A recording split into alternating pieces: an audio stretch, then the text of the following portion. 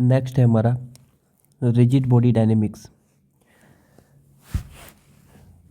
Rigid body dynamics जो है हमारे बुक में रिजिड बॉडी डायनेमिक्स नाम से है या रोटेशनल मोशन के नाम से है। रोटेशनल मोशन, ये जो रोटेशनल मोशन है इसका सवाल जो है वो हमारे जेई मेंस में भी आते हैं और जेई एडवांस में भी आते हैं। तो यह चैप्टर जो है बहुत इम्पोर्टेंट है और जितने भी आप पीछे चैप्टर पढ़े होंगे जैसे काइनेमेटिक्स पढ़े होंगे, सर्कुलर मोशन पढ़े होंगे, सेंटर ऑफ मास पढ़े होंगे, तो सारा का सारा यूज जो है इस चैप्टर में आपका होगा। तो जो भी बच्चे जो हैं पिछले चैप्टर नहीं पढ़े होंगे वो जाकर पिछला चैप्टर जो है पढ़ लें, उसके बाद ही ये रिजिड बॉडी डायनेमिक्स को पढ़ें। ठीक है, तो चलिए स्टार्ट करते हैं। सबसे पहले जो है इस चैप्टर में हमको पढ़ना है कि ये रिजिड बॉडी क्या होता है। सबसे पहले जान लेते हैं कि रिजिड बॉडी, यहाँ पर एक वर्ड आया है रिजिड बॉडी, तो पहले हम लोग जान लेंगे कि रिजिड बॉडी क्या होता है। रिजिड बॉडी, देखिए रिजिड बॉडी क्या होता है। जैसे मान लेते हैं कि हमारे पास एक ऐसे बॉडी है, ऐसे ऐसे, और एक ऑब्जेक्ट है या इसको बॉडी भी बोल सकते हैं। इस ऑब्जेक्ट को जो है हम रिजिड कब बोलेंगे, ये ऑब्जेक्ट है हमारा, वो रिजिड कब होगा। तो समझिए इस ऑब्जेक्ट को हम रिजिड कब बोलेंगे। रिजिड का मतलब रीड, रीड का मतलब स्ट्रॉन्ग। ठीक है, रीड का मतलब स्ट्रॉन्ग का मतलब ये भी हुआ कि अगर हम दो ठो पॉइंट अगर हम इस रिजिड बॉडी पे अगर हम पकड़े ऐसे ऐसे, तो इन दोनों पॉइंट के बीच का सेपरेशन जो है वो हमेशा कांस्टेंट रहेगा। रिजिड है, रिजिड है कि मतलब आप इसको घुमाइए या इसको मूव कराइए, ट्रांसलेशन मोशन कराइए या इसको सर्कुलर मोशन कराइए या रोटेशनल मोशन कराइए, कोई भी मोशन करवाइए, लेकिन दो ठो पॉइंट अगर हम इस बॉडी के ऊपर चूज करेंगे तो इन दोनों पॉइंट के बीच का सेपरेशन हमेशा क्या रहेगा, कांस्टेंट रहेगा। तो हम बोलेंगे कि वो बॉडी क्या है, रिजिड है। और अगर इस बॉडी के बीच के अगर दो ठो पॉइंट के बीच के सेपरेशन अगर चेंज हो गया तो बोलेंगे कि वो बॉडी रिजिड नहीं है। समझ गए।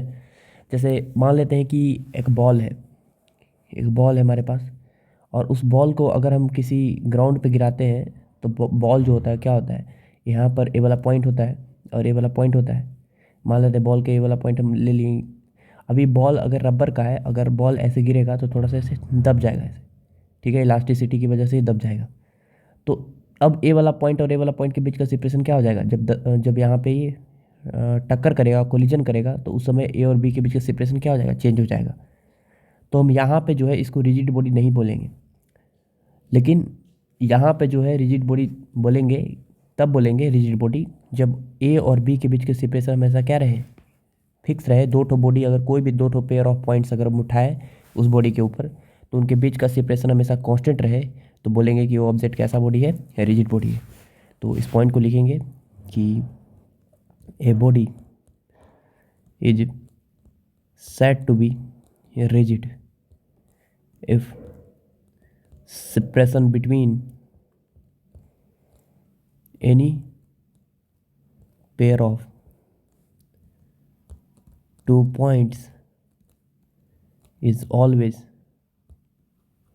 fixed, या आप ऐसे बोल सकते हैं कांस्टेंट।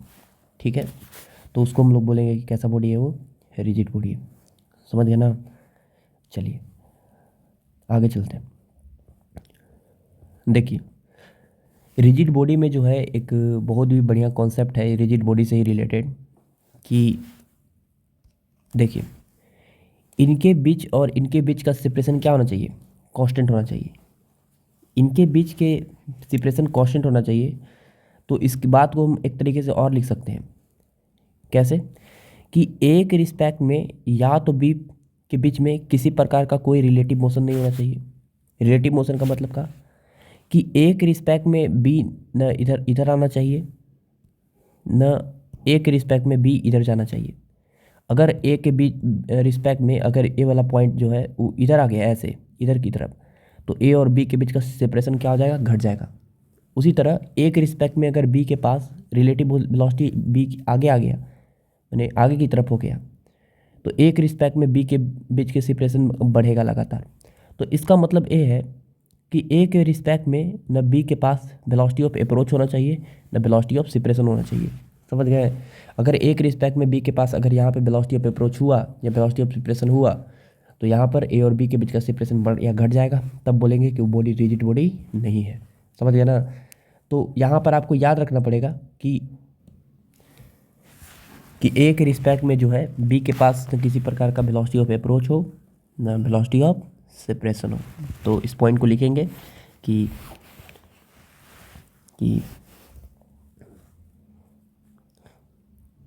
1 point is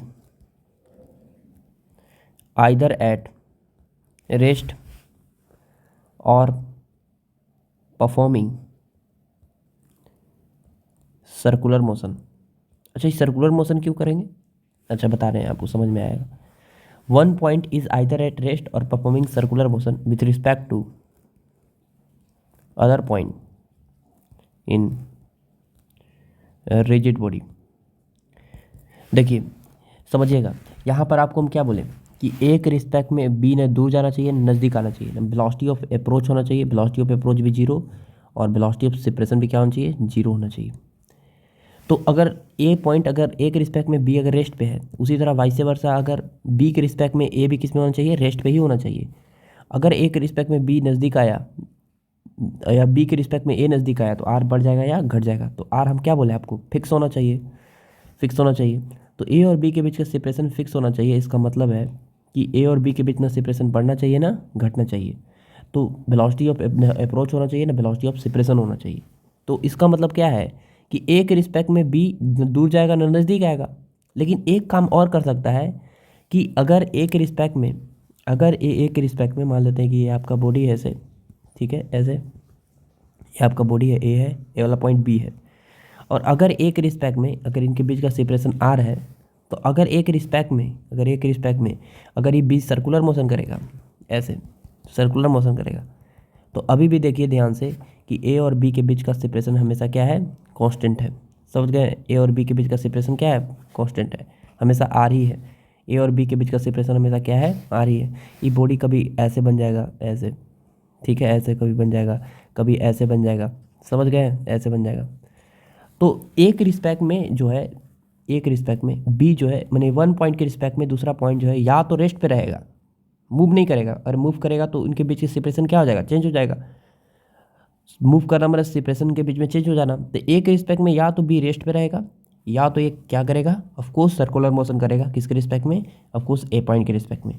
तो वही पॉइंट यहाँ पे लिखा हुआ है कि एक पॉइंट के रिस्पेक्ट में दूसरा पॉइंट या तो रेस्ट पे रहेगा या तो सर्कुलर मोशन परफॉर्म करेगा, ताकि उनके बीच का डिस्टेंस हमेशा क्या रहे? कांस्टेंट रहे। समझ गए? तो उनको हम लोग नाम देंगे कि कैसा बॉडी है वो? ऑफकोर्स रिजिड बॉडी है। समझ गए? चलिए आगे चलते हैं, आगे चलते हैं, आगे चलते हैं। एक पॉइंट और लिखते हैं।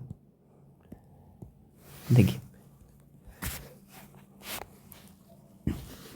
यहाँ पर है कि in rigid body angular velocity of each and every point be same as the whole body। जैसे इसका कहने का मतलब क्या है आपको हम समझा रहे हैं, बढ़िया समझिएगा। कि जैसे रिजिड बॉडी में होता क्या है कि जैसे मान लेते हैं कि यहाँ पर एक ऑब्जेक्ट है, ऐसे ऐसे कोई ऑब्जेक्ट है, ऐसे कोई ऑब्जेक्ट है, रिजिड बॉडी है, ठीक है। और मान लेते हैं कि एक ओ पॉइंट है और एक पॉइंट ए है और एक पॉइंट बी है, ठीक है। तो अगर मान लेते हैं कि ओ से ए के बीच का सेपरेशन, ओ से बी का सेपरेशन कुछ है, हमको नहीं पता है।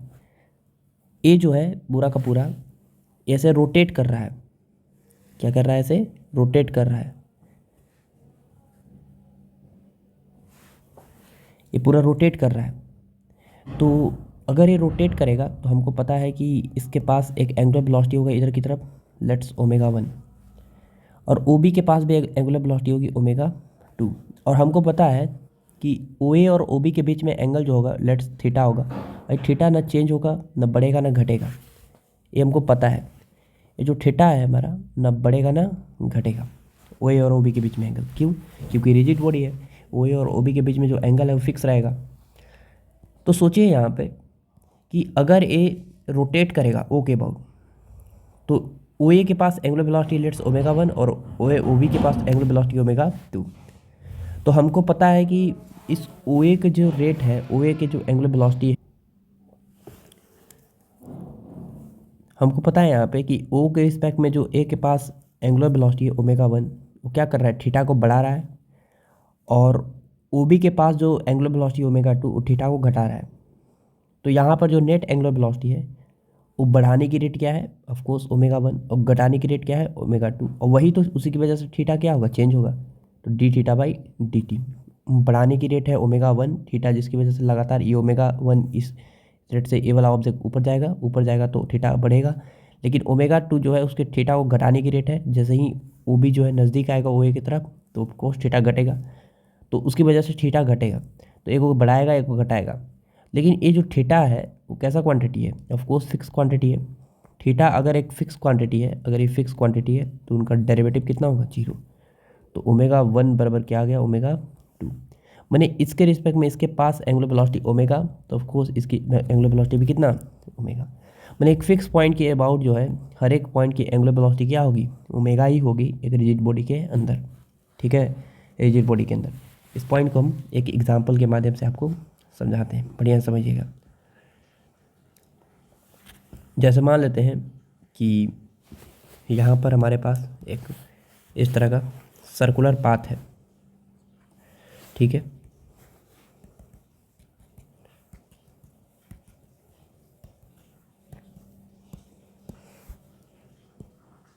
इस तरह के हमारे पास एक सर्कुलर पाथ है ऐसे, और ये पूरा का पूरा जो ऑब्जेक्ट है वो यहाँ से ऐसे एंगुलर वेलोसिटी ओमेगा नोट से रोटेट कर रहा है। इसका रेडियस आर है। चलिए हम कुछ पॉइंट दे रहे हैं, लेट्स ए वाला पॉइंट है ए वाला पॉइंट है बी। आप बताइए कि ए पॉइंट की जो ओमेगा होगी कितना होगा, ए पॉइंट का ओमेगा कितना होगा। सोचिए कि अगर हम इस पॉइंट का एंगुलर वेलोसिटी ओमेगा नोट लिखे हैं तो ए वाला पॉइंट का भी एंगुलर वेलोसिटी कितना होगा, ओमेगा नोट होगा। बी पॉइंट का भी एंगुलर वेलोसिटी कितना होगा, ओमेगा नोट होगा। समझ गए? समझिएगा, इस ओ पॉइंट के रिस्पेक्ट में ए के पास एंगुलर वेलोसिटी कितना होगा, ओमेगा नोट, और बी के पास भी एंगुलर वेलोसिटी कितना होगा, ओमेगा नोट होगा। अच्छी बात है। अब हम आपसे पूछ रहे हैं कि ओ पॉइंट के रिस्पेक्ट में ए के पास एंगुलर वेलोसिटी ओमेगा नोट है, तो ए के रिस्पेक्ट में बी के पास एंगुलर वेलोसिटी कितना होगा। हम आपसे पूछ रहे हैं कि ओ के रिस्पेक्ट में एंगुलर वेलोसिटी ए के पास angular velocity of A with respect to O is omega naught, okay. Angular velocity of B is also respect to O is omega naught. तो what is the angular velocity of B with respect to A, ये हम देखना चाहते हैं। तो चलिए B के respect में देखना चाहते हैं तो बी के रिस्पेक्ट में भी देख लेंगे हम, कोई दिक्कत नहीं है। समझिए, बी के रिस्पेक्ट में देखना चाहते हैं, समझिएगा, बी के रिस्पेक्ट में, ए के रिस्पेक्ट में। तो ए के रिस्पेक्ट में देखना चाहते हैं तो इसके पास मान लेते हैं कि वेलोसिटी जो है ऐसे बी ए है, ठीक है। अब इसके पास वेलोसिटी जो है वो लेट्स बी बी है, ऐसे परपेंडिकुलर। इसका रेडियस है आपका दिया हुआ सवाल में, वो कितना है, आर है, और इसका रेडियस कितना है, मान लेते हैं कि कैपिटल आर है, ठीक है। तो सोचिए यहाँ पे कि बी ए इक्वल टू क्या होगा, बी ए इक्वल टू होगा हमारे पास ओमेगा नोट इंटू आर, और बी बी इक्वल टू क्या होगा, तो बी बी इक्वल टू भी होगा omega naught into R, capital R होगा लेकिन इसके डिस्टेंस। अब हमको ए के रिस्पेक्ट में देखना है, ए के रिस्पेक्ट में बी के पास। तो सोचिए कि ए के रिस्पेक्ट में देखना है तो हमको ए को रेस पे लाना पड़ेगा, ए को रेस पे लाना पड़ेगा। तो अगर ए के रिस्पेक्ट में देखना है तो ए के रिस्पेक्ट में तो ए को रेट पे ला दिए, लेकिन ए से ये कितना डिस्टेंस दूर है बी, आप बोलिएगा कि यहाँ से डिस्टेंस हो गया आर माइनस आर, और बी के पास जो एंगुलर वेलोसिटी होगा वो कितना हो जाएगा रिजल्टेंट, तो omega naught R minus omega naught small R. आप बोलिएगा ऐसे क्योंकि ए को रेस्ट पे लाए हैं तो ए की वेलोसिटी को उल्टा कर कर बी के साथ ऐसे पीछे की तरफ जोड़ेंगे। हमको पता है कि ए वाला वेलोसिटी ज़्यादा होगा और ए वाला वेलोसिटी कम होगा, तो इसलिए रिजल्टेंट वेलोसिटी ऊपर की तरफ आएगा। ठीक है, अब यहाँ पर अगर हम यहाँ पर ए के रिस्पेक्ट में बी के पास एंगुलर वेलोसिटी देखें, तो angular velocity of B velocity with respect to A बराबर रिलेटिव वेलोसिटी कितना हो गया, तो of course omega naught R minus omega naught R B by R. Omega equal to क्या होता है, B perpendicular upon R, omega relative बराबर velocity V relative का परपेंडिकुलर कंपोनेंट अपॉन आर, तो परपेंडिकुलर ही है ए और बी को ज्वाइन करने वाला रिलेटिव वेलोसिटी के, तो ये वेलोसिटी उतना हो गया बाई डिस्टेंस कितना है ऑफकोर्स आर माइनस आर। तो आप ऊपर ओमेगा नॉट कॉमन लीजिएगा तो आर माइनस आर बाई कितना आर माइनस आर, ए वाला कट गया और हमारे पास एंगुलर वेलोसिटी आ गया कितना ओमेगा नॉट। इसका मतलब क्या है, इसका मतलब ये है कि ए के रिस्पेक्ट में भी बी के पास एंगुलर वेलोसिटी कितना होगा ओमेगा ही होगा। ओ के रिस्पेक्ट में भी बी के पास एंगुलर वेलोसिटी ओमेगा नोट है, तो ए के रिस्पेक्ट में भी बी के पास एंगुलर वेलोसिटी कितना होगा ओमेगा नोट ही होगा। इवन अगर बी के रिस्पेक्ट में अगर एक कोई पॉइंट ले सी, तो सी के पॉइंट के भी पास एंगुलर वेलोसिटी ओमेगा नोट ही होगा। आप बोलिएगा कैसे सर, ओ के रिस्पेक्ट में, ठीक है, वो ओमेगा से रोटेट कर रहा है तो इसके पास एंगुलर वेलोसिटी ओमेगा नोट है, ठीक है, लेकिन बी के रिस्पेक्ट में सर सी के पास एंगुलर वेलोसिटी ओमेगा नोट ही होगा। यस, आपको दिखाते हैं कैसे होगा, बी के रिस्पेक्ट में सी के पास एंगुलर वेलोसिटी ओमेगा नोट। यही तो आरबीडी रोटेशनल मोशन में जो रिजिड बॉडी होती है इसका सबसे मेन पॉइंट है। समझ गए कि रिजिड बॉडी के किसी भी पॉइंट के रिस्पेक्ट में दूसरे पॉइंट की जो एंगुलर वेलोसिटी होगी वो हमेशा क्या होगी, ऑफकोर्स फिक्स होगी। समझ गए, यही हम पॉइंट लिखे थे। In rigid body angular velocity of each and every point be same as the whole body with respect to, यहाँ पर कुछ और पॉइंट ऐड कर देते हैं, with respect to every point.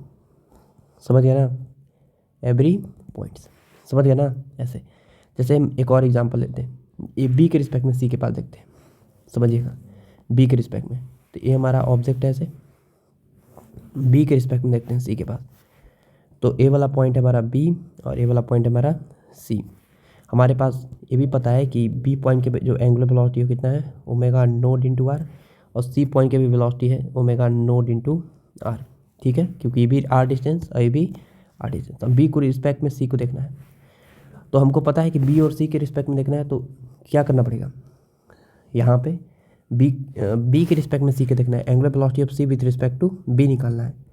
तो हम क्या करेंगे कि यहाँ पे बी को रेस्ट पे लाएंगे, तो अरे बी को रेस्ट पे लाएंगे तो बी की वेलोसिटी को क्या करना पड़ेगा, हटाना पड़ेगा रेस्ट पे लाने के लिए, और बी की जो भी वेलोसिटी है उसको उल्टा करके जोड़ना पड़ेगा, तो इसकी वेलोसिटी ऐसे होगी omega naught into R. Of course इनका रिजल्टेंट ऐसे आएगा, ऐसे, ठीक है, इस डायरेक्शन में आएगा कितना, आप बोलिएगा ये वाला वेलोसिटी आएगा √2 omega naught into are.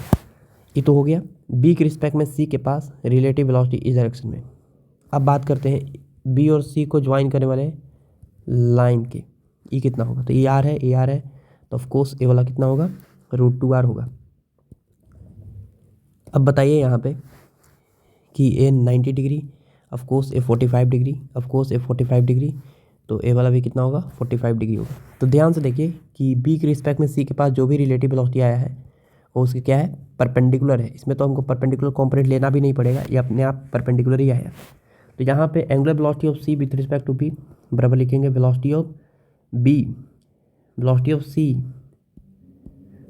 Of C with respect to B, उसका परपेंडिकुलर कॉम्पोनेंट अपॉन कितना, उनके बीच का सेपरेशन, ए और बी और सी के बीच का सेपरेशन। तो ये कितना है ऑफकोर्स √2 ओमेगा आर है, ओमेगा नोट आर बाई उनके बीच का सेपरेशन कितना है ऑफकोर्स √2r है, √2 से √2 कट गया, आर से आर कट गया, अगेन कितना आ गया एंगुलर वेलोसिटी ओमेगा नोट ही आ गया।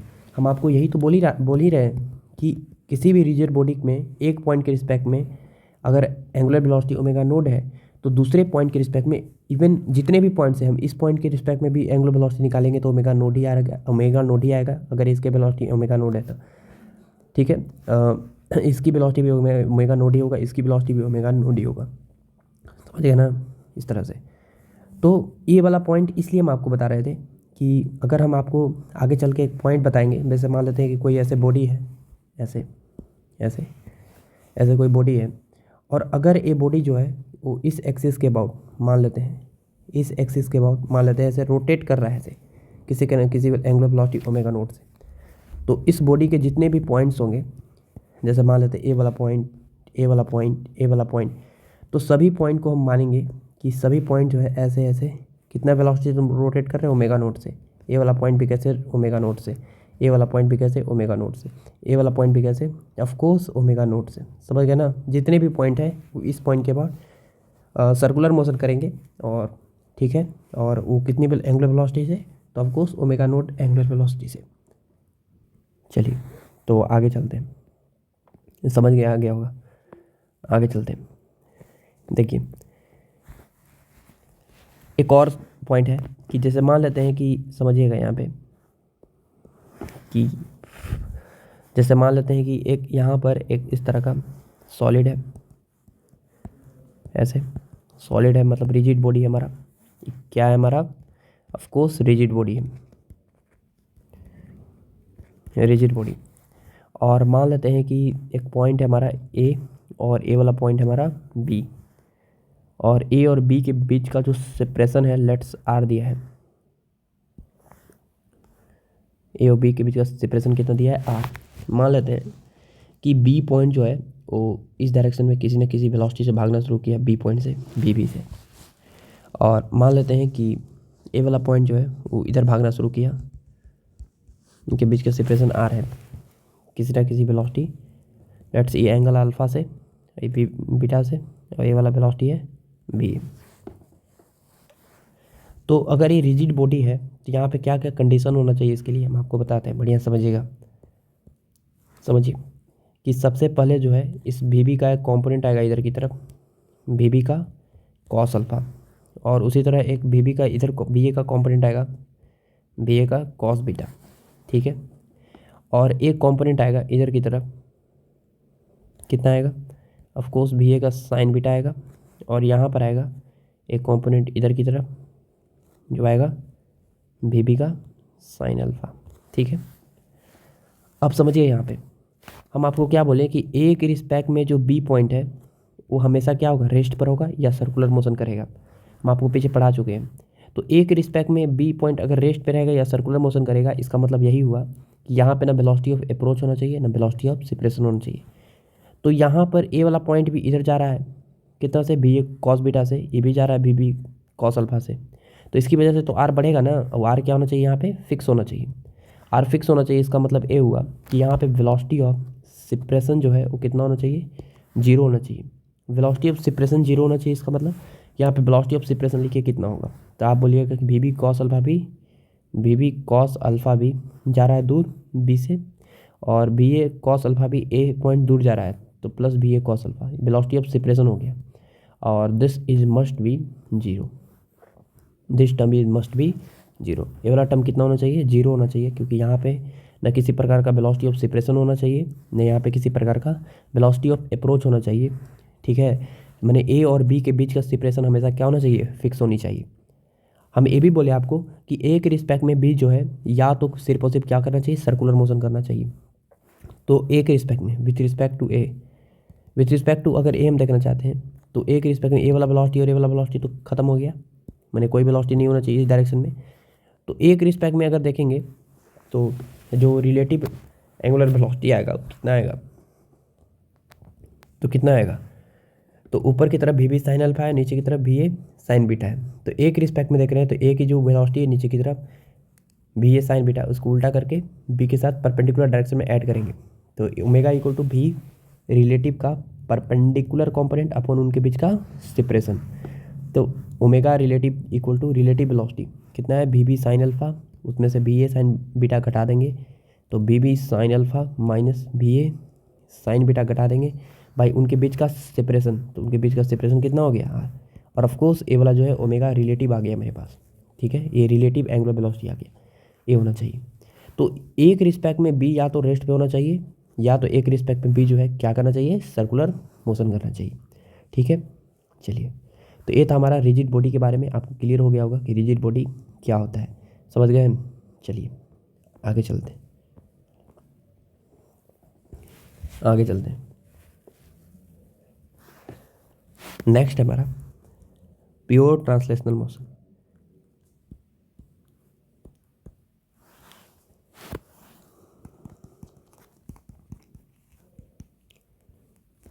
प्योर ट्रांसलेशनल मोशन समझिए क्या होता है। प्योर ट्रांसलेशनल मोशन क्या होता है, आराम से समझिएगा, कोई जल्दबाजी नहीं, समझिए। प्योर ट्रांसलेशनल मोशन क्या होता है, जैसे मान लेते हैं कि एक ऑब्जेक्ट है ऐसे, जैसे मान लेते हैं कोई ऑब्जेक्ट है ऐसे, ठीक है। वो अगर एक ऑब्जेक्ट जो है वो एक पॉइंट से दूसरे पॉइंट तक पहुंचता है, ठीक है, तो हर एक पॉइंट का, अगर हर एक पॉइंट, जैसे मान लेते हैं ए है, बी है, सी है, डी है, हर एक पॉइंट का डिस्प्लेसमेंट सेम हो, हर एक पॉइंट की वेलोसिटी सेम हो, समझ गए ना, हर एक पॉइंट का एक्सेलरेशन सेम हो, हर एक पॉइंट की वेलोसिटी सेम हो, हर एक पॉइंट का एक्सेलरेशन सेम हो, हर एक पॉइंट का डिस्प्लेसमेंट सेम हो, समझ गए, तो उनको हम लोग बोलते हैं प्योर ट्रांसलेशनल मोशन, ठीक है ना। तो हम बोल सकते हैं कि अगर एक पॉइंट से अगर दूसरे पॉइंट तक एक पार्टिकल पहुंचेगा, अगर मान लेते हैं ये वाला पार्टिकल यहाँ पहुंच गया ऐसे, ठीक है, यही वाला यहाँ पहुंच गया, तो इसका मतलब ए वाला पार्टिकल यहाँ पहुंचा है, बी वाला पार्टिकल यहाँ पहुंचा है, ठीक है, बी वाला पार्टिकल यहाँ पहुंचा है, डी वाला पार्टिकल ऑफकोर्स यहाँ पहुंचा है, और सी वाला पार्टिकल यहाँ पहुंचा है, ठीक है। तो हर एक पार्टिकल का जो डिस्प्लेसमेंट हो वो सेम हो, माने displacement of A, displacement of B और डिस्प्लेसमेंट ऑफ सी सबका क्या हो, सेम हो, और यहाँ पे डिस्प्लेसमेंट ऑफ सी सेम हो, डिस्प्लेसमेंट ऑफ डी सेम हो, हर एक पार्टिकल का वेलोसिटी सेम होगा, वेलोसिटी ऑफ ए बराबर वेलोसिटी ऑफ बी बराबर वेलोसिटी ऑफ सी बराबर वेलोसिटी ऑफ डी, जितने भी पार्टिकल्स हैं एक्सेलरेशन सबका सेम होगा, एक्सेलरेशन ऑफ ए बराबर एक्सेलरेशन ऑफ बी बराबर एक्सेलरेशन ऑफ सी बराबर एक्सेलरेशन ऑफ डी। तो एक ऐसा मोशन जिसमें हर एक पार्टिकल का वेलोसिटी सेम हो, डिस्प्लेसमेंट सेम हो, तो उनको हम लोग नाम देते हैं प्योर ट्रांसलेशनल मोशन, समझ गए। जैसे हम एक एग्जांपल के थ्रू आपको समझाएंगे। यहाँ पर जैसे मान लेते हैं कि यहाँ पर एक ऐसे यहाँ पर एक ब्लॉक है ऐसे, यहाँ पर एक ब्लॉक है, समझिएगा, यहाँ पर एक m मास का ब्लॉक है, और ऐसे थोड़ा बड़ा बना देते इसको, ऐसे m मास का ब्लॉक है, और इसमें हम 2-4 पॉइंट जो है चूज करते हैं। देखिए एक पॉइंट यहाँ चूज करते हैं, और एक पॉइंट यहाँ चूज करते हैं, एक पॉइंट यहाँ, एक पॉइंट यहाँ, ठीक है, एक पॉइंट यहाँ, ए बी सी और डी। और हम क्या किए कि इसको ऐसे किसी न किसी वेलोसिटी से आगे ले जाना शुरू किए। जब ए वाला आगे जाएगा ऐसे ऐसे, तो हमको पता है कि जब ये यहाँ पहुँचेगा ऐसे,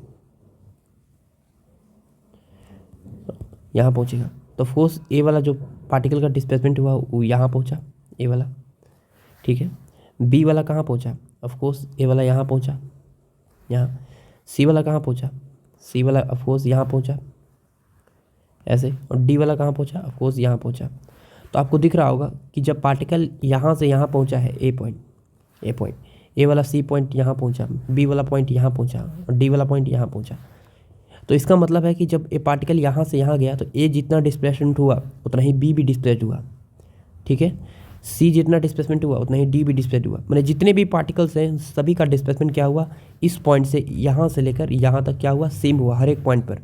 साथ ही साथ जितने भी वेलोसिटी थे हर एक पार्टिकल का, जैसे ही पूरा का पूरा ब्लॉक अगर 10 मीटर पर सेकंड से मूव कर रहा था, तो ए भी 10 मीटर पर सेकंड से, बी भी 10 मीटर पर सेकंड से, सी भी 10 मीटर पर सेकंड से, अगेन डी भी 10 मीटर पर सेकंड से।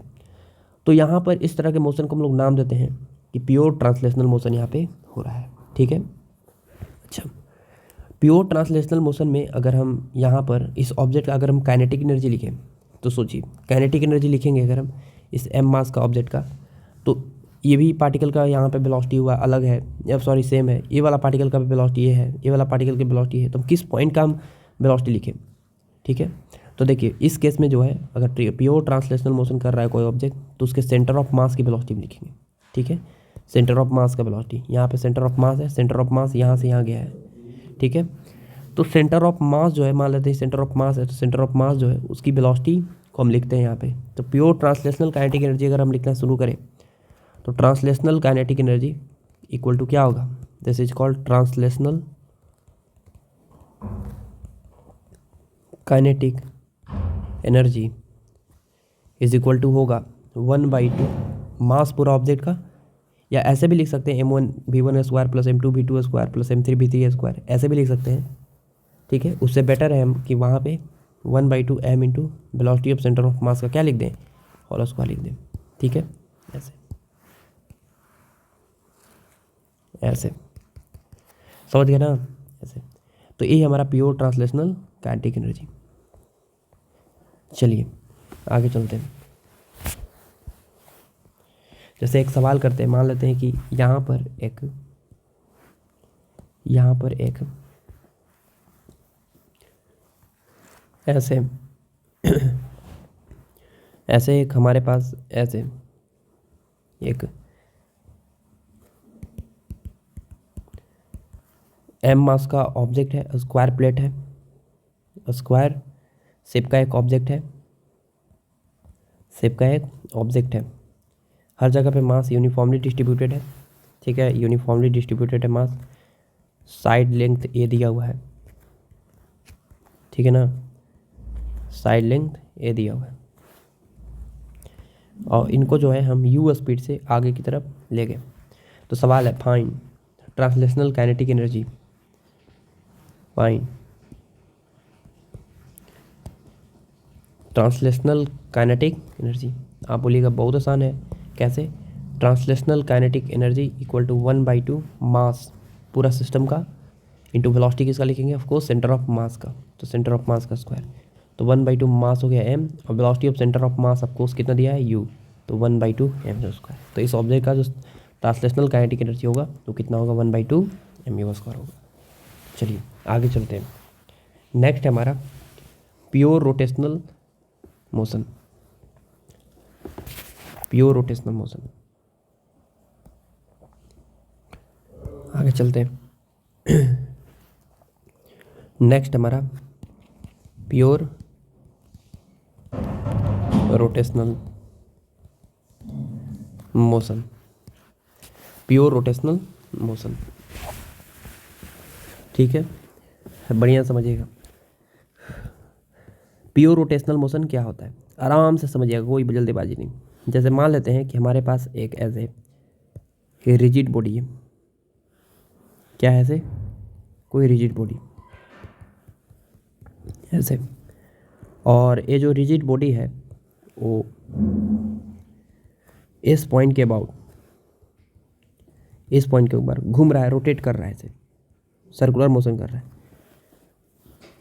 तो देखिए रोटेशनल मोशन में इसका मतलब रोटेशनल और सर्कुलर मोशन में बस इतना समझ लीजिएगा कि सिस्टम ऑफ जो सर्कुलर मोशन होगा, जैसे सर्कुलर मोशन, जैसे मान लेते हैं कि एक पार्टिकल ऐसे मोशन कर रहा है, ऐसे घूम रहा है, तो यहाँ पर हम इस पार्टिकल को बोल रहे हैं कि ये क्या है, ये सर्कुलर मोशन कर रहा है। लेकिन एक किसी पार्टिकल जो है किसी सिस्टम के अंदर सर्कुलर मोशन कर रहा है, तो उस सिस्टम जो है वो रोटेशनल मोशन करेगा।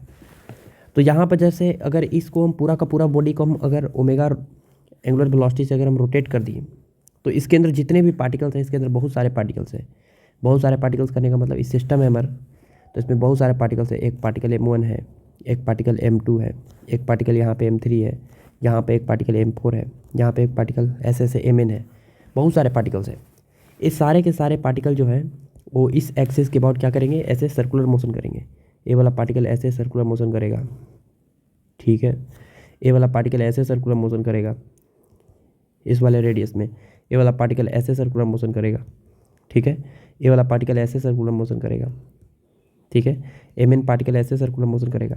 तो सब अपना अपना पार्टिकल जो है अपने अपने रेडियस के अंदर ऐसे ऐसे सर्कुलर मोशन परफॉर्म करेंगे। इसका रेडियस r1 होगा, इसका रेडियस r2 होगा, इसका रेडियस r3 होगा, इसका रेडियस r4 होगा, समझ गए, इसका रेडियस rn होगा। तो हर एक पार्टिकल जो इस रिजिड बॉडी के ऊपर लाई कर रहा है, ठीक है, उस सारे के सारे जो है अपने अपने उस एक्सिस के अबाउट, ये हमारा एक्सिस ऑफ रोटेशन है, इनको हम लोग नाम देते हैं AOR या axis of rotation. Axis of rotation का मतलब कि एक ऐसा लाइन जिसके अबाउट जो है पूरा का पूरा बॉडी वो क्या करता है, सर्कुलर मोशन परफॉर्म करता है, हर एक पार्टिकल उस पूरे के पूरे बॉडी के, ठीक है, तो उसको हम एक्सिस ऑफ रोटेशन बोलते हैं। और पूरा बॉडी जो है घूम रहा है, सर्कुलर मोशन कर रहा है पूरा बॉडी के हर एक पार्टिकल, तो उसको ही हम लोग क्या बोल देंगे, रोटेशनल मोशन, ठीक है। तो यहाँ पे आपको दिख रहा होगा कि जितने भी पार्टिकल्स हैं वो सर्कुलर मोशन कर रहे हैं। साथ ही साथ यहाँ पे ये भी दिख रहा होगा आपको कि जितने भी पार्टिकल्स होंगे सब के पास एंगुलर वेलोसिटी क्या होगा, ऑफ कोर्स सेम होगा। ठीक है, अगर यहाँ पर अगर हम इसकी टेंजेंशियल वेलोसिटी लिखें तो यहाँ पे लिखेंगे omega into R1 tangential velocity. ठीक है, ओमेगा इंटू R1। इसकी टेंजेंशियल वेलोसिटी लिखें तो इसको लिखेंगे omega into R2, this is tangential velocity. इसकी टेंजेंशियल वेलोसिटी लिखें तो इसको लिखेंगे ऐसे omega into R3, this is tangential velocity of third particle. ऐसे इसका टेंजेंशियल वेलोसिटी लिखे तो ऐसे लिखेंगे BT equal to omega into R4। आप बोलिएगा ओमेगा ही क्यों लिखे, आपको हम अभी बता रहे थे कि अगर कोई ऑब्जेक्ट को अगर हम ओमेगा से रोटेट करेंगे तो जितने भी पार्टिकल्स हैं सभी के सभी पार्टिकल जो है ओमेगा से ही रोटेट करेंगे, एक पॉइंट के रिस्पेक्ट में दूसरे पॉइंट। ठीक है, यहाँ पे रिजिड बॉडी के जितने भी पॉइंट्स हैं सब के पॉइंट, बस क्या छोड़कर ये जितने भी पार्टिकल एक्सिस पे लाई कर रहे हैं वो पार्टिकल को छोड़कर बाकी जितने भी पार्टिकल्स होंगे सभी के सभी जो है ओमेगा वेलोसिटी से क्या करेंगे, रोटेट करेंगे। ठीक है, ऐसे।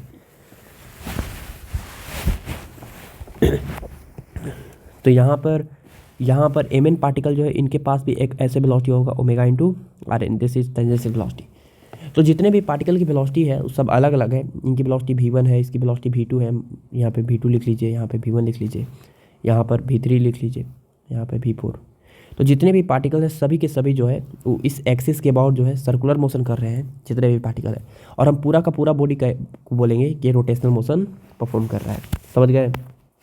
चलिए, अब अगर हम चाहते हैं कि जितने भी पार्टिकल्स हैं इनका हम काइनेटिक एनर्जी लिखें प्योर रोटेशनल मोशन में, क्योंकि प्योर रोटेशनल मोशन के अंदर जो जितने भी पार्टिकल्स होंगे उनका हम एक ही चीज़ बोल सकते हैं, एंगुलर वेलोसिटी सेम होगा हर एक पार्टिकल का।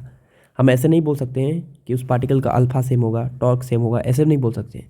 हाँ, इतना बोल सकते हैं कि सभी पार्टिकल का जो एंगुलर वेलोसिटी होगा वो प्योर रोटेशनल मोशन के अंदर वो क्या होगा, सेम होगा। पीछे वाला में acceleration center of mass same था, velocity center of mass same था। यहाँ पे हर एक पार्टिकल की स्पीड सेम है, वेलोसिटी सेम नहीं, क्योंकि सर्कुलर मोशन कर रहा है। सर्कुलर मोशन में आपको पता ही है हर एक पार्टिकल का स्पीड क्या होता है, ऑफ कोर्स सेम होता है। तो यहाँ पे स्पीड जो है वो हर एक पार्टिकल का, इसमें स्पीड भी सेम नहीं है, सॉरी स्पीड भी सेम नहीं है, क्योंकि यहाँ पे ओमेगा इंटू R1 है, अलग अलग रेडियस में मूव कर रहा है। तो स्पीड, एक्सेलरेशन ये सब सेम नहीं होगा इसमें, लेकिन हाँ इसमें हम इतना बोल सकते हैं कि एंगुलर वेलोसिटी क्या होगा, हर एक पार्टिकल का ऑफ कोर्स सेम होगा। ठीक है, चलिए आगे चलते हैं। तो इसकी हम काइनेटिक एनर्जी लिखते हैं और उस काइनेटिक एनर्जी को हम लोग नाम देंगे रोटेशनल काइनेटिक एनर्जी। तो चलिए लिखते हैं यहाँ पे कि रोटेशनल काइनेटिक एनर्जी, इसको हम लोग नाम देंगे रोटेशनल काइनेटिक एनर्जी। तो rotational kinetic energy equal to 1/2 m1 into v1 square plus 1/2 m2 into v2 square. सभी के पास काइनेटिक एनर्जी है 1/2 m3 into v3 square plus ऐसे करते करते करते करते 1/2 mn इंटू vn स्क्वायर, ऐसे होगा। अब बताइए यहाँ पे कि 1/2 m1 इंटू v1 की जगह पे लिखेंगे ओमेगा 1 इंटू ओमेगा 1 बोल रहे हैं, ओमेगा इंटू R1। ओमेगा तो सबका सेम है, ओमेगा इंटू R1 का whole square plus 1/2 m2 into omega into R2 का whole square plus 1/2 m3 into omega into R3 का whole square plus 1/2 m into omega into R4 का whole square plus करते करते करते 1/2 mn into omega into Rn का whole square, ये होगा। अब इसको और थोड़ा सा सिंप्लीफाई करते हैं तो 1/2 m1 into omega square R1 square plus 1/2 m2 into omega square R2 square plus 1/2 m3 into omega square R3 square और प्लस करते करते करते 1/2 mn into omega into Rn square. ठीक है, यहाँ पे आपको दिख रहा होगा कि 1/2 ओमेगा कॉमन है, omega square 1/2 omega square common है, तो यहाँ पर हो जाएगा m1 R1 square plus m2 R2 square plus m3 R3 square और प्लस करते करते करते mn इंटू Rn स्क्वायर। ठीक है, ये आ गया मेरे पास। तो ये हो गया हमारा रोटेशनल काइनेटिक एनर्जी का फॉर्मूला। ठीक है, ये जो पूरा का पूरा टर्म है ये वाला m1 into R1 square plus m2 into R2 square plus m3 into R3 square plus करते करते mn इंटू Rn स्क्वायर, इसको हम लोग नाम देते हैं moment of inertia RKE, this 1/2 I into omega square.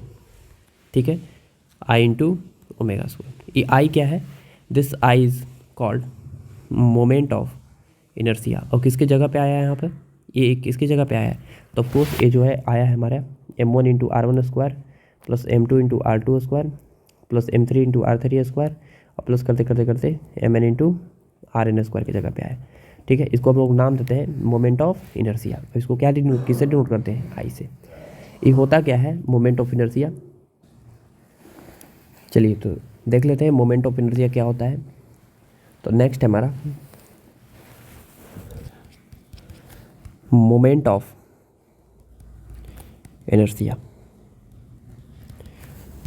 Moment of inertia समझिएगा, ये मोमेंट ऑफ इनर्शिया जो है ये मास जैसा कोई टर्म है। इनर्शिया आपको एक वर्ड आ रहा होगा यहाँ पे, इनर्शिया मतलब ये मास जैसा ही टर्म है। लेकिन यहाँ मोमेंट का मतलब होता है कि कोई भी मास जो है वो एक्सिस से, अगर कोई ऑब्जेक्ट रोटेट कर रहा है तो एक्सिस से कितना डिस्ट्रीब्यूटेड है वो। ठीक है, कोई भी ऑब्जेक्ट जो है वो जिस एक्सिस के अबाउट रोटेट कर सकता है उस एक्सिस से कितना दूर डिस्ट्रीब्यूटेड है, ये मोमेंट ऑफ इनर्शिया बताता है। Moment of inertia I is equal to होता है simple m into R square. Sir आप तो ये वाला m1 R1 square m2 R2, अरे ये तो क्या है, स्केलर क्वांटिटी है। ये क्या है, स्केलर क्वांटिटी है।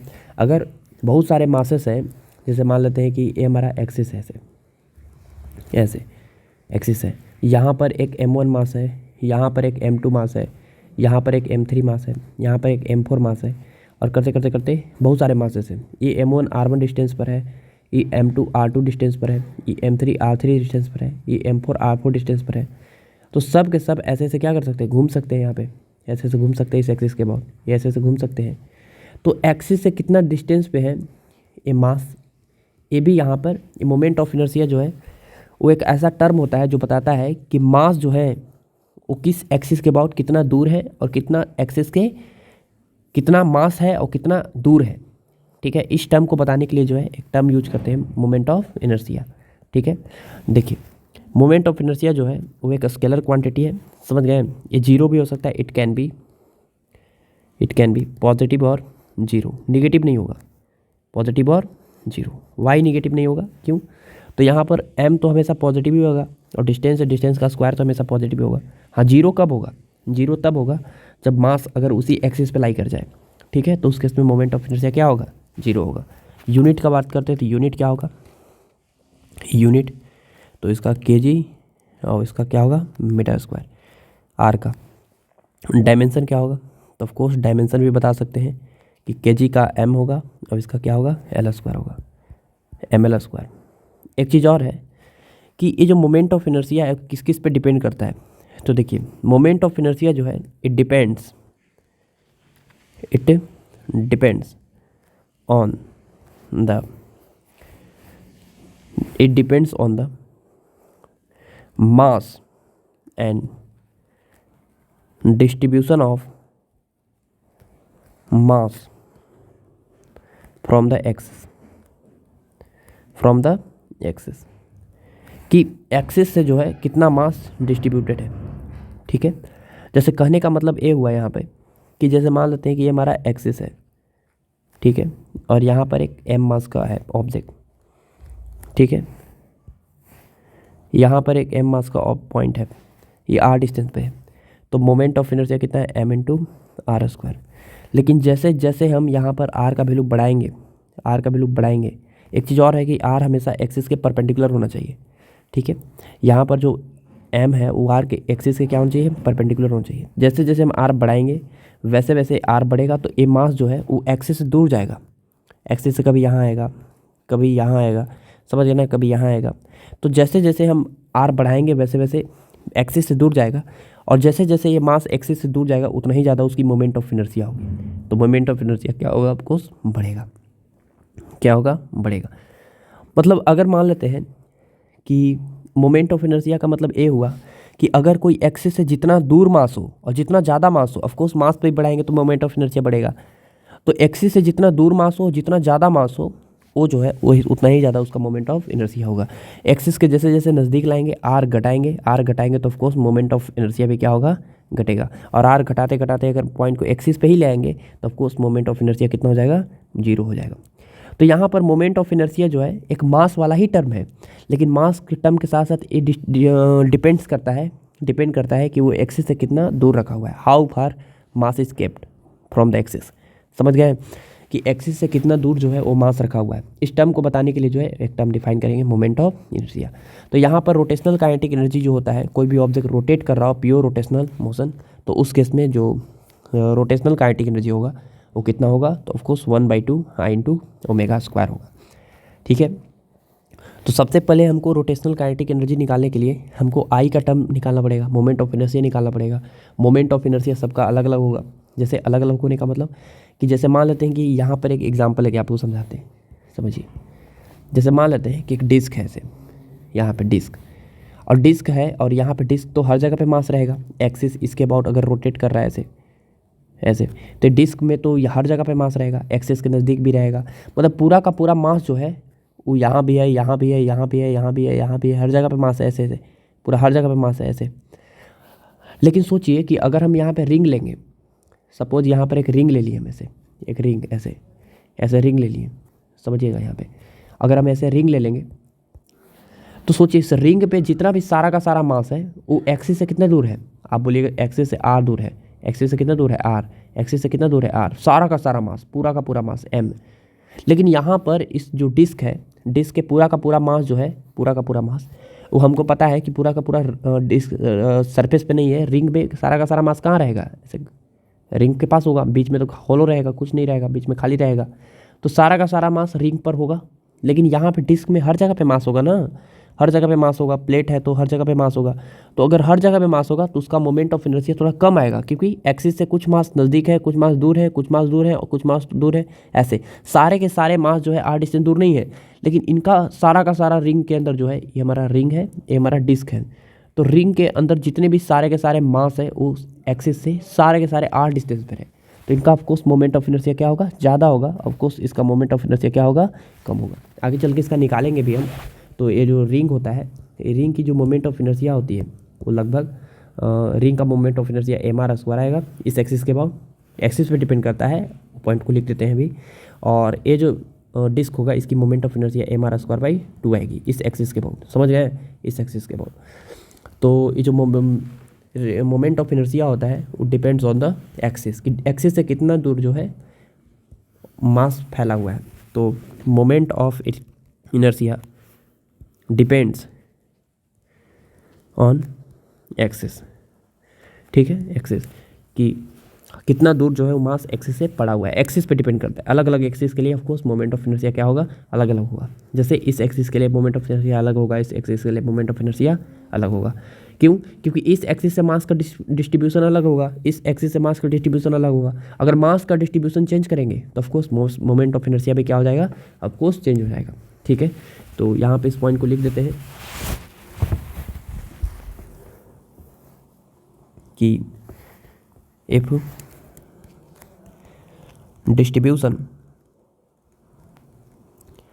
Of mass is changed about a given axis,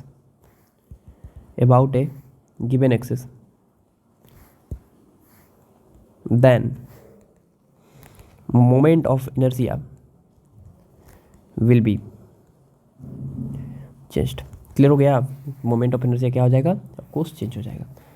चलिए कुछ मोमेंट ऑफ इनर्शिया निकालने का हम प्रैक्टिस करते हैं। ठीक है, पहले हम मोमेंट ऑफ इनर्शिया निकालेंगे, उसके बाद ही हम रोटेशनल काइनेटिक एनर्जी पढ़ पाएंगे। तो चलिए स्टार्ट करते हैं।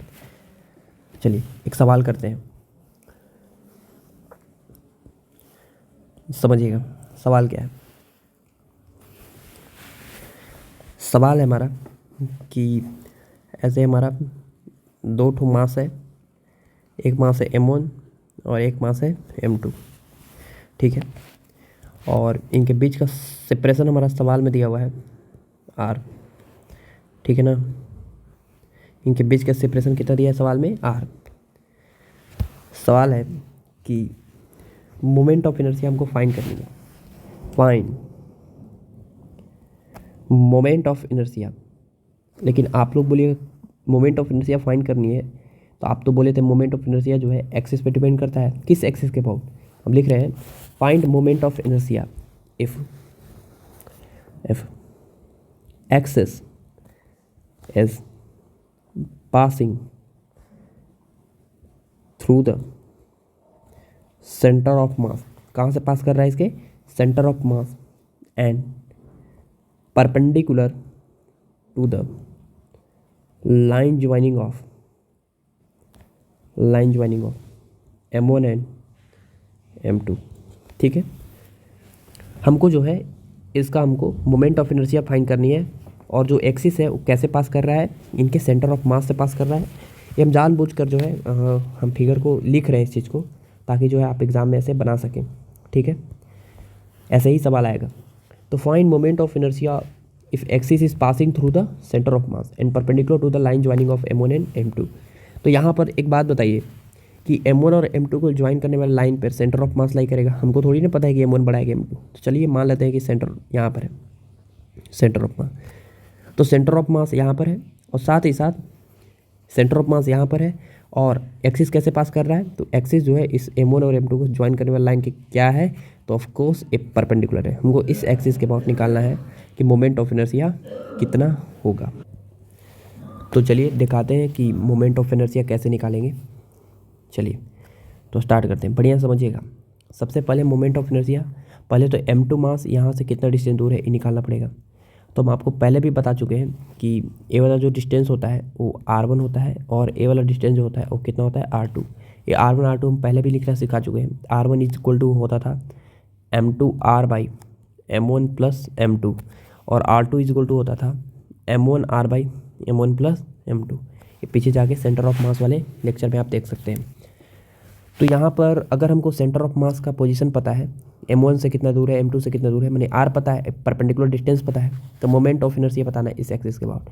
तो आप बोलिएगा moment of inertia equal to एक M1 मास का होगा और एक M2 मास का होगा इस एक्सिस के बाद। तो कितना होगा, तो हम बोलेंगे M1 into R1 square plus M2 into इस एक्सिस से परपेंडिकुलर डिस्टेंस कितना है, ऑफकोर्स R2 स्क्वायर। तो I is equal to M1 R1, इस एक्सिस से R1 है M2R by M1 plus M2 उसका whole square plus M2 into R2 कितना है, of course M1R by M1 plus M2 का होल स्क्वायर। ठीक है, तो यहाँ पे मोमेंट ऑफ इनर्शिया आ जाएगा M1 इंटू कितना हो जाएगा यहाँ पे, तो ये हो जाएगा आपका M2 square R square by M1 plus M2 का whole square plus M2 into M1 square R square by M1 plus M2 का होल स्क्वायर। कॉमन कितना है, आप बोलिएगा कि देखिए सर M1 M2 कॉमन है, दोनों में M1 M2 आ रहा है, और साथ ही साथ R स्क्वायर भी कॉमन है, बाई नीचे M1 प्लस M2 का होल स्क्वायर भी कॉमन है। तो यहाँ पर हो जाएगा M1 प्लस M2। ठीक है, ऐसे आपको दिख रहा होगा M1 प्लस M2 दूसरे एक बार में कट जाएगा, और हमारे पास एक्सप्रेशन आ जाएगा मेरे पास कितना, M1 M2 by M1 plus M2 into R square. ये आ गया, या आप इस चीज़ को म्यू भी लिख सकते हैं, इतना दूर को म्यू इंटू R स्क्वायर, और ये हमारा फॉर्मूला हो गया। ठीक है, म्यू R स्क्वायर। ठीक है, ये फार्मूला हो गया कि अगर कभी भी दो ठो मास दिया जाए M1 M2 और सेंटर ऑफ मास के बाद मोमेंट ऑफ इनर्शिया पूछे, और अगर बोल दिया जाए कि वो जो लाइन है वो कैसे पास कर रहा है, सेंटर ऑफ मास से वो परपेंडिकुलर है, तो उस केस में moment of inertia mu R square होगा। ठीक है, म्यू R स्क्वायर, जहाँ म्यू क्या होता है, mu is called reduced mass, reduced mass. इस सेंटर ऑफ मास वाले चैप्टर में पीछे बहुत डिटेल में पढ़ाए थे क्या होता है। Reduced mass equal to M1 M2 by M1 plus M2। ठीक है, चलिए यही सवाल था हमारा। ठीक है, आगे चलते हैं, आगे सवाल करते हैं। यही सवाल को थोड़ा सा और हम चेंज करते हैं, समझिएगा। सवाल है हमारा कि एक है हमारा यहाँ पर M1 और एक है हमारा M2, वही हमारा लाइन ज्वाइनिंग है, इनके बीच का सेपरेशन कितना दिया है R। बस यही सवाल है। अब लाइन एक्सिस जो है वो एक्सिस सेंटर ऑफ मास से तो पास कर रहा है, लेकिन M1 और M2 के साथ थीटा एंगल बना रहा है, तो बताना है मोमेंट ऑफ इनर्शिया कितना होगा। तो अभी बनाएंगे। सवाल है find the moment of inertia. फिर से आप बोलिएगा एक्सिस सर दिया ही नहीं, लिखते हैं अभी। Find moment of inertia if axis is passing through the center of mass and make the angle theta with line joining of m1 and m2। ठीक है, ये हमको बताना है। तो पहले जो है, पहले एक्सिस सेंटर ऑफ मास से पास कर रहा था, पहले सेंटर ऑफ मास यहाँ था, ठीक है। लेकिन अब जो एक्सिस है वो हमारा कितना एंगल बना रहा है, तो ऑफकोर्स ये जो एक्सिस है हमारा वो m1 और m2 को ज्वाइन करने वाले लाइन से कितना एंगल बना रहा है, तो ऑफकोर्स थीटा एंगल बना रहा है। This is your axis of rotation हो गया। इसी के अबाउट कोई ऑब्जेक्ट रोटेट करे, ठीक है, ऐसे एक्सिस दिया है उधर। अब हमको जो है मोमेंट ऑफ इनर्शिया बताना है इस एक्सिस के अबाउट। बता देंगे, सब बताएंगे, कोई बड़ा बात नहीं है, आराम से समझिएगा। देखिए, हम आपको मोमेंट ऑफ इनर्शिया का फॉर्मूला बताए थे अभी, I is equal to mr²। लेकिन r जो था वो क्या था, एक परपेंडिकुलर डिस्टेंस था, परपेंडिकुलर डिस्टेंस आपको याद होगा, तभी बताए थे कि r जो है must be perpendicular to, r is must be perpendicular to, r जो होता है वो must be perpendicular to, r is perpendicular to axis of rotation. Axis of rotation के परपेंडिकुलर होना चाहिए। तो सोचिए कि ये r जो है परपेंडिकुलर होना चाहिए, तो m1 का डिस्टेंस, ये जो r है, ए वाला r1, वो तो एक्सिस ऑफ रोटेशन के परपेंडिकुलर नहीं है, ए वाला r1 ए वाला r2, क्योंकि ए वाला जो एंगल बना रहा है थीटा, इसका मतलब है कि हमको m1 से जो है परपेंडिकुलर डिस्टेंस निकालना पड़ेगा एक्सिस से। तो परपेंडिकुलर डिस्टेंस यही ना होगा, ऐसे ये वाला, और उसी तरह m2 से भी परपेंडिकुलर डिस्टेंस निकालना पड़ेगा, तब परपेंडिकुलर डिस्टेंस यही ना होगा, ऑफकोर्स ऐसे ऐसे। तो बताइए कि R2 का एक कंपोनेंट होगा R2 cos थीटा, R2 का एक कंपोनेंट होगा R2 sin थीटा, उसी तरह R1 का ए वाला थीटा, तो ए भी वर्टिकली पॉइंट एंगल से थीटा, R1 का एक कंपोनेंट होगा R1 cos थीटा, ए वाला होगा R1 cos थीटा ए वाला, और ए वाला होगा आपको R1 का sin थीटा। अब आपको पता चल गया होगा कि m2 का डिस्टेंस एक्सिस से परपेंडिकुलर डिस्टेंस कितना है, R2 sin थीटा, मैंने R2 परपेंडिकुलर निकाल लिए, और of course this is R1 perpendicular निकाल लिए। तो ये जो है हमको परपेंडिकुलर डिस्टेंस पता चल गया, तब मोमेंट ऑफ इनर्शिया तुरंत लिख देंगे। तो मोमेंट ऑफ इनर्शिया का फॉर्मूला क्या था, आप बोलिएगा। मोमेंट ऑफ इनर्शिया का formula sir m1 r1 square, m1 r1 square plus m2 r2 square, लेकिन बस यहाँ पे परपेंडिकुलर वाला लिखना है, ठीक है।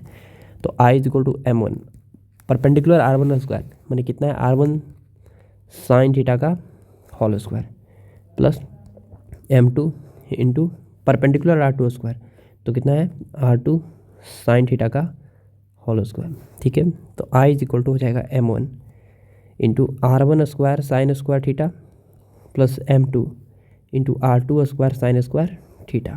अब यहाँ पे I इज इक्वल टू हो जाएगा m1, यहाँ पे कॉमन लीजिए साइन स्क्वायर थीटा, तो साइन स्क्वायर थीटा कॉमन लेंगे तो हो जाएगा m1 R1 square plus m2 R2 square, ये आ गया। अब आप बोलिएगा कि ए वाला तो पहले भी आप सॉल्व किए थे, सेंटर ऑफ मास से डिस्टेंस होगा वो R1 होगा, कितना होगा m2 r by m1 plus m2, और R2 हो जाएगा m1 r by m1 plus m2। तो फिर से हम इसको सॉल्व नहीं कर रहे हैं, यही वाला सवाल है। देखिए कितना सॉल्व किए थे, m1 r1 square plus m2 r2 square मी वार स्क्वायर, तो डायरेक्टली हम इसकी जगह पे मी वार स्क्वायर लिख दे रहे हैं यहाँ पे। तो यहाँ पे moment of inertia is equal to mu R square, इसके जगह पे हो जाएगा mu R square sine square theta. ये हो गया मेरे पास एक्सप्रेशन, ठीक है। तो अगर कोई सेंटर ऑफ मास से पास करेगा तो उसकी जो मोमेंट ऑफ इनर्शिया होगी कितना होगा, mu R square into sine square theta होगा। चलिए यही था। चलिए एक सवाल और करते हैं, एक सवाल और करते हैं। 2 को मास के लिए कर लिए, 30 एक और मास देते हैं। जैसे मान लेते हैं कि एक यहाँ पर ऐसे ऐसे एक इक्विलेटरल ट्रायंगल है, ऐसे इक्विलेटरल ट्रायंगल है नहीं, यहाँ पर 3 तो मास है m1 m 2m और यहाँ पे 3m, ठीक है। इक्विलेटरल ट्रायंगल के साइड पे रखे हुए हैं m 2m और 3m। हमको बताना है कि अगर हम आपसे पूछें कि 2 एक्सिस दे रहे हैं, ठीक है, एक एक्सिस है हमारा ए वाला, एक एक्सिस है हमारा ए वाला, ठीक है, जो इनके परपेंडिकुलर है, और एक एक्सिस दे रहा है हमें ए वाला,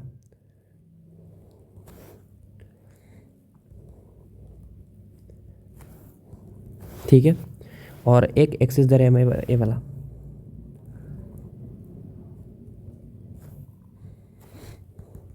ठीक है, और ये हमारा एक्सिस 1, ये हमारा एक्सिस 2, ये हमारा एक्सिस 3 और लास्ट है हमारा वो है हमारा ऐसे, यहाँ से